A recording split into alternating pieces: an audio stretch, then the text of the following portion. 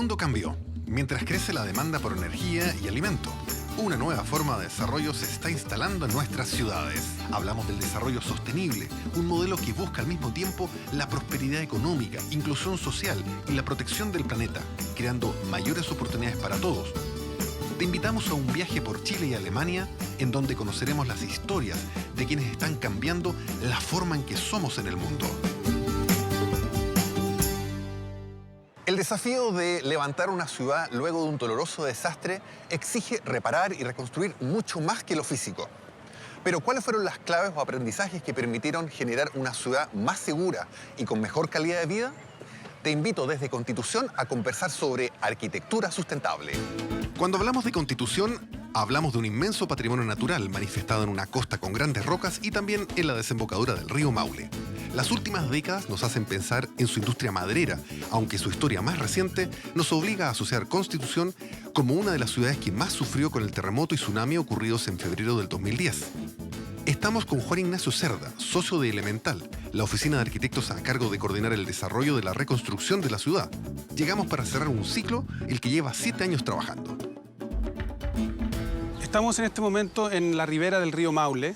La ciudad de Constitución se instaló y se fundó en la desembocadura del río Maule y fue justamente por este lugar donde ingresó la ola del tsunami, una ola de 12 metros de altura que azotó la costa y 6 metros de altura que azotó esta zona y destruyó totalmente el borde costero. El día del terremoto era un día de fiesta para la ciudad. Como era tradición, cientos de personas acampaban en Isla Orrego. El tsunami y terremoto provocaron la destrucción del 70% de la ciudad y cerca de 100 personas que estaban en la isla perdieron la vida. Y en ese contexto de dolor que probablemente muchos perdieron sus familiares, ¿cómo entré a trabajar en ese ambiente?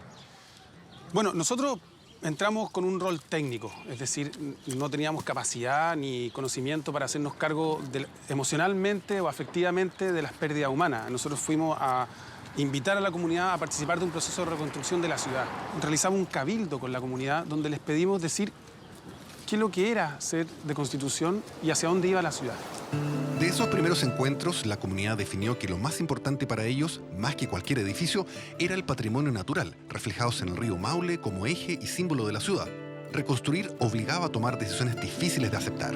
La costa chilena está expuesta a desastres naturales. Por lo tanto, el principal conflicto era transmitir que si es que nosotros teníamos una alianza con el Estado es el principal garante del bien público. Por lo tanto, había que transmitir la necesidad de que muchas personas que estaban instaladas formal e informalmente en la costa fluvial debían salir de ahí porque era una zona expuesta a tsunami, por lo tanto no existía garantía del Estado de resguardar su seguridad. Y esa salida de esas personas, de alguna forma, hay una resistencia, porque probablemente hay un tema de arraigo también con un lugar que lo ocupaste toda la vida. Cuando tú perteneces a un lugar históricamente, quieres permanecer en ese lugar. Sin embargo, existen condiciones que el Estado debe resguardar. Y en eso es muy importante la existencia de acuerdos. Los pescadores que vivían frente al río querían estar cerca del río. Por lo tanto, el acuerdo que existió fue que salieran de la zona cero, de la zona roja más expuesta a tsunami, pero que quedaran en un frente al río. Por lo tanto, quedan al frente del río, pero no quedan en las zonas más expuestas a tsunami. Ese tipo de acuerdo es lo que permite que los procesos se desarrollen de buena manera. No existen blanco y negro en la participación ciudadana. En 100 días, Elemental tenía que presentar un plan maestro, conocido como PRES, Plan de Reconstrucción Sustentable, obras públicas que significarían un esfuerzo inédito en coordinación multisectorial. 100 días es un proceso muy largo para la comunidad y para el Estado, para empezar a activar inversión pública, pero al mismo tiempo, para un consultor como nosotros, fue un proceso demasiado reducido. Había que hacerse cargo de temas volando, vivienda, infraestructura, equipamiento público, sustentabilidad, desarrollo productivo. Todos esos temas se tocaron en un plan maestro que se transformó después en una cartera de 30 proyectos. Te voy a dar el ejemplo del parque, yo creo que va a ser muy ilustrativo. Para nosotros, reconstruir el parque era construir un dispositivo que protegiera a la ciudad de un tsunami. Y la comunidad nos dijo, ok, perfecto que tengamos un parque que nos proteja del tsunami, pero tenemos inundaciones cada 2 años. Eso nos afecta de manera mucho más frecuente que un eventual tsunami que podría venir en 20 años más. Por eso, este parque de mitigación tiene que hacerse cargo de protegernos de tsunami y a la vez ser un dispositivo retardante de agua y lluvia. Eso más que un error, es que tú empiezas a complejizar la pregunta, a complejizar el diseño con cosas que trae la comunidad y que tú no puedes saber a priori.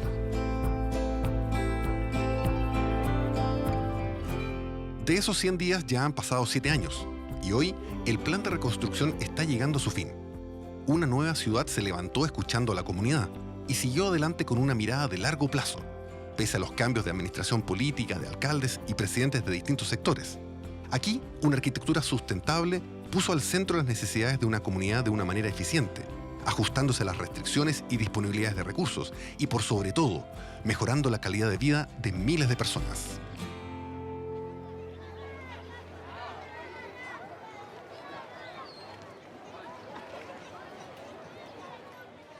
Yo diría dos grandes mundos existen en Constitución, el mundo pesquero, tanto fluvial como marítimo, y el mundo forestal. Y son los locales los que... Es como en el mundo de la minería, existen las grandes mineras, pero también existen pirquineros y pequeña y mediana minería. ¿Eso es? La alarma de tsunami de la ciudad. Una ciudad que aprende es una ciudad que se prepara. Y aquí en Constitución, saber educar y entender qué hacer frente a los desastres naturales es el primer paso para la generación de un nuevo tipo de ciudadanos. Hoy, toda la comunidad escolar de la comuna realiza este simulacro de alarmas de tsunami, un ejercicio de evacuación por vías determinadas hacia zonas seguras.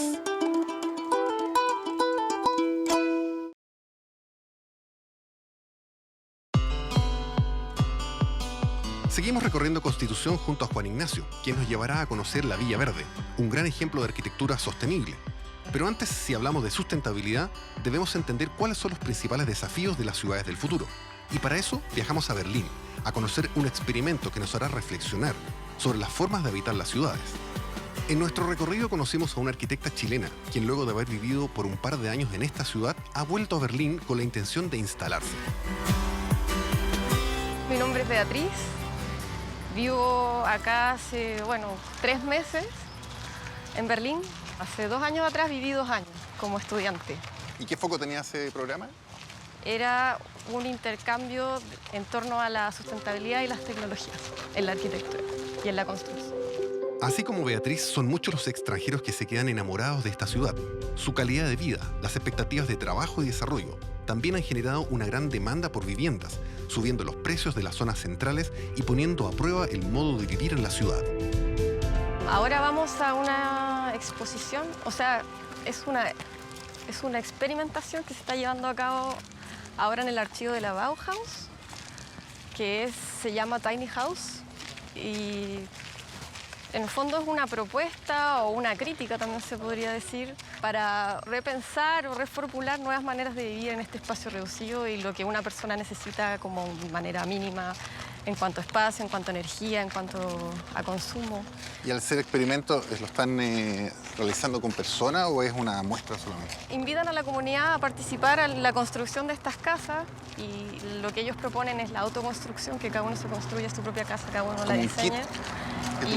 Y que se componga de distintas casas pequeñas, utilizando espacios en desuso de la ciudad.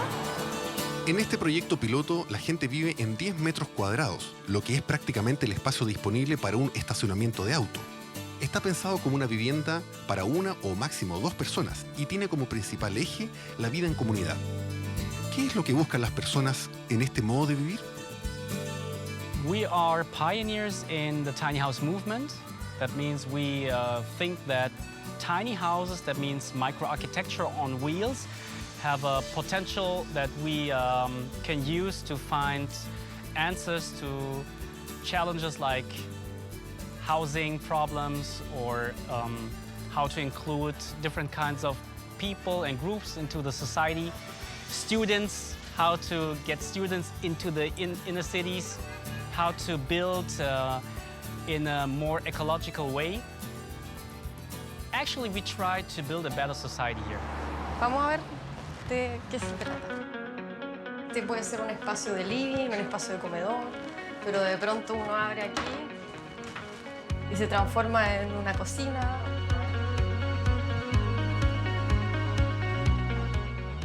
Sí, la medida está perfecta. Habla un poco de todo este movimiento de la simpleza, de la austeridad, de la arquitectura y todo, y en este caso es la modularidad y la flexibilidad de espacios, como cómo poder ahorrar, tener un espacio tan reducido y poder habitar con la estrategia de ir plegando y desplegando y poder habitar reutilizar los espacios. Una cama. Claro, la idea es abrir allá y ahí esto se transforma en una cama. Genial.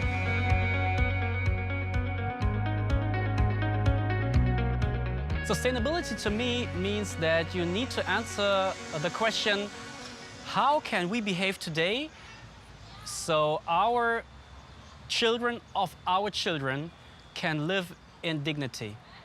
And we know that the way how we consume water, energy, the way how we harvest trees and how we treat the environment, it destroys our Earth. And I think it's a good idea to think about alternatives to house. We are now 7 billion people on Earth. I think we all need to reduce ourselves a little bit. Y si de sustentabilidad se trata, hemos querido detenernos en la historia de Noam Goldstein y su familia, quienes son dueños de Holy Foods Tiny House, una casa autosuficiente construida por él mismo, que pretende ser un punto de encuentro a través de una cocina comunitaria y a partir de residuos de supermercados. Desde 6 años estoy aquí en Europa. Desde diciembre estoy aquí en Berlín. Estamos juntos, mi compañera, hace mucho tiempo. Vivimos en muchos lados del mundo. Trabajo con madera, siempre diferentes cosas con madera.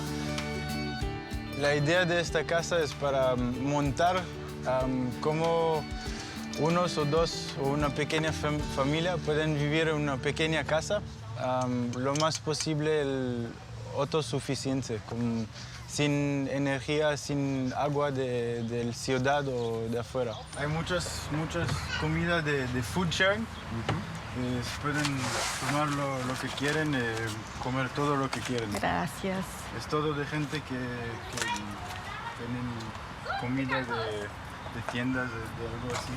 Ahora cortamos todos los legumes de food sharing para cocinar, para hacer una grande ropa para toda la gente que vienen por el Bajos Campos. Cuando una ciudad provee espacios públicos de calidad, acceso a servicios y movilidad, crecen las posibilidades de habitar los espacios. El intercambio comunitario se enriquece y aparecen iniciativas como estas, las que ponen en discusión la importancia de repensar nuestras urbes.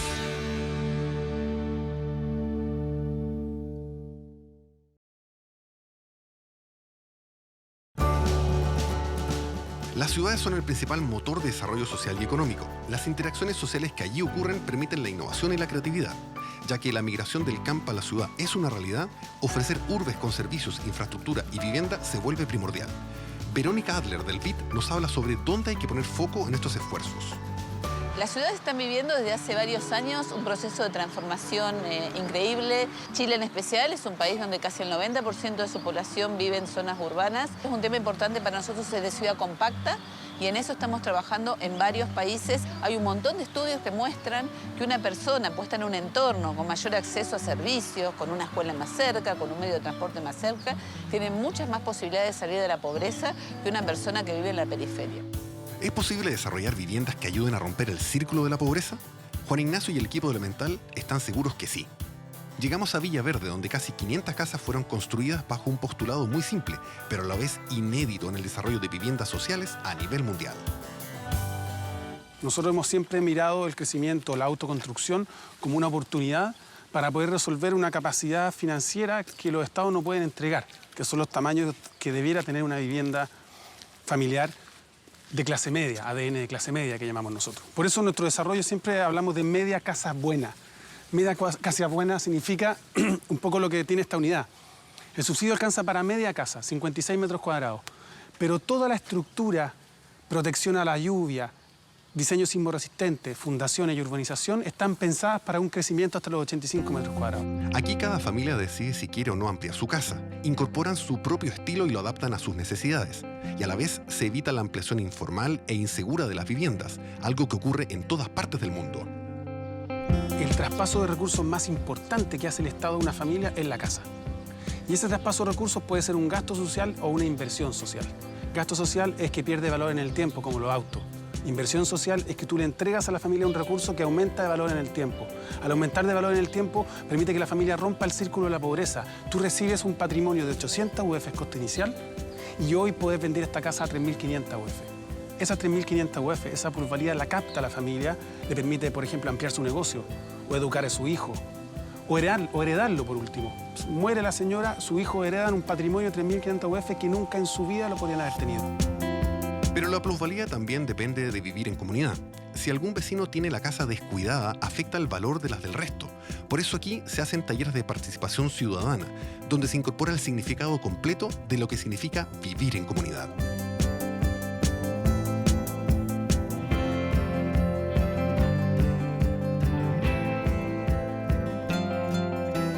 Para nosotros, enfrentar la sustentabilidad es usar rigurosamente el sentido común. Tiene que ver con participación ciudadana y también con hacerse cargo de los recursos locales para poder enfrentar el medio ambiente. Estamos en la segunda región con más madera de Chile. Los raleos coinciden con las épocas de invierno y la gente tiene madera gratis acá para poder calentar sus casas. ¿Qué cosa más obvia que hacer ese recurso un buen medio para poder calentar la casa en vez de inventar sistemas de calentamiento eléctrico que no tienen ningún sentido en un lugar donde tienen el combustible gratuitamente? Eso es usar localmente la participación ciudadana para entender que no vamos a poder forzar un sistema de alta tecnología. ¿Puede la teoría corresponder con la realidad? Quisimos saber cómo son las casas por dentro y mientras caminábamos nos encontramos con la familia Olave, quienes nos invitaron a conocer su hogar.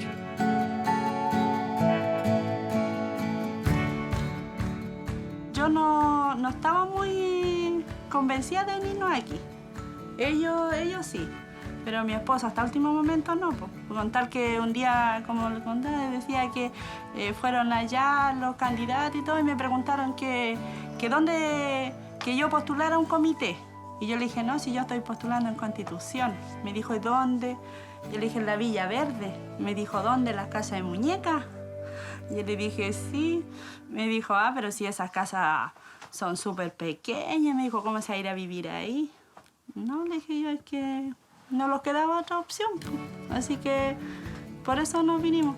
Después la gente nos decía que se van a ir a las casas de cartón. Esas casas, cuando venga el primer viento, los techos van a estar en chacarilla.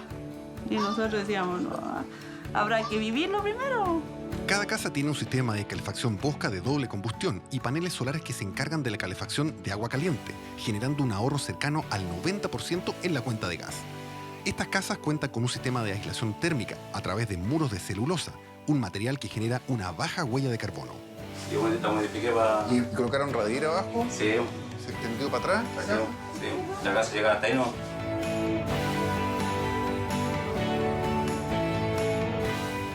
¿Y por qué fuiste ampliando? ¿Qué te llevó a ir haciendo estas ampliaciones ahí? Es que de repente llegaban vecinos, no había dónde meterlo. Igual uno siente así como una gran gratitud cuando, no sé, pues escucha en la tele que la casa de uno fue reconocida como un proyecto, o sea, bueno, bonito y que le da tanta satisfacción a tantas familias.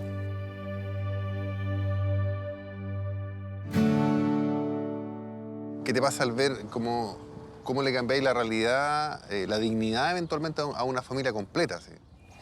Claro, para nosotros la ciudad es la manera en que tú resuelves la inequidad. Es decir, tener una casa de esta calidad, tal como explicábamos, rompe el círculo de la pobreza.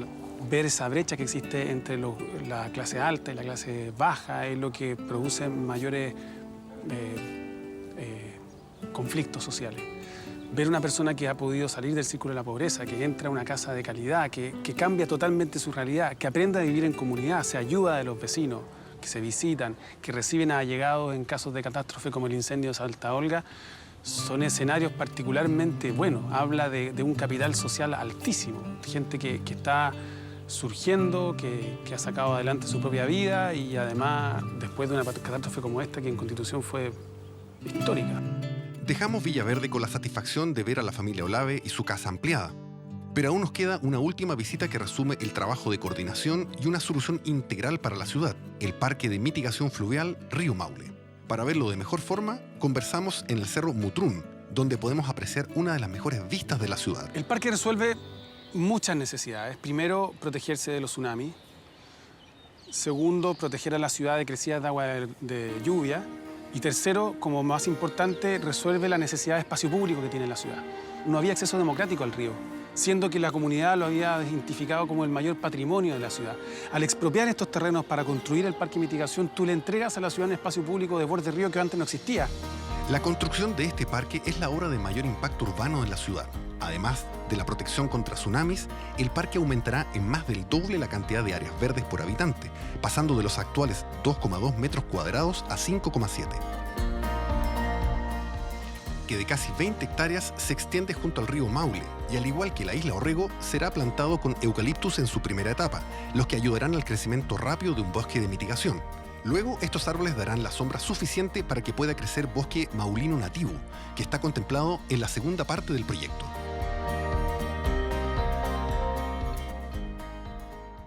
Quizás el gran aprendizaje es que la misma naturaleza es la que te da lecciones de cómo responder a sus propios desastres. De la misma manera que la isla Orrego con un bosque mitigó la ola, estamos construyendo un parque que responde a amenazas geográficas de manera geográfica y natural.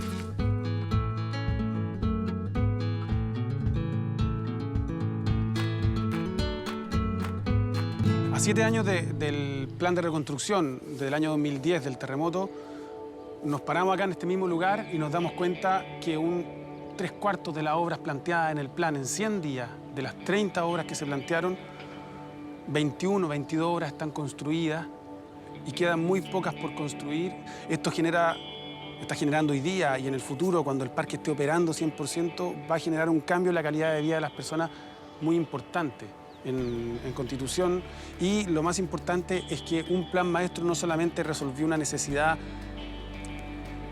primaria o inminente, que era protegerse, sino que cambió el eje de la ciudad al río, algo que no existía en una ciudad con un patrimonio natural indiscutible. Se acaba nuestro recorrido, aunque para Juan la tarea aún no concluye. El cierre de este ciclo contempla volver a la comunidad en una cuenta pública, una instancia de encuentro con autoridades, vecinos y la empresa privada, donde se resume todo el trabajo realizado durante estos años. Así como lo hizo muchas veces, Juan Ignacio vuelve a tomar el micrófono de cara a la comunidad, sentando así las bases de lo que conocemos como arquitectura sustentable. Piensa en global, actúa local.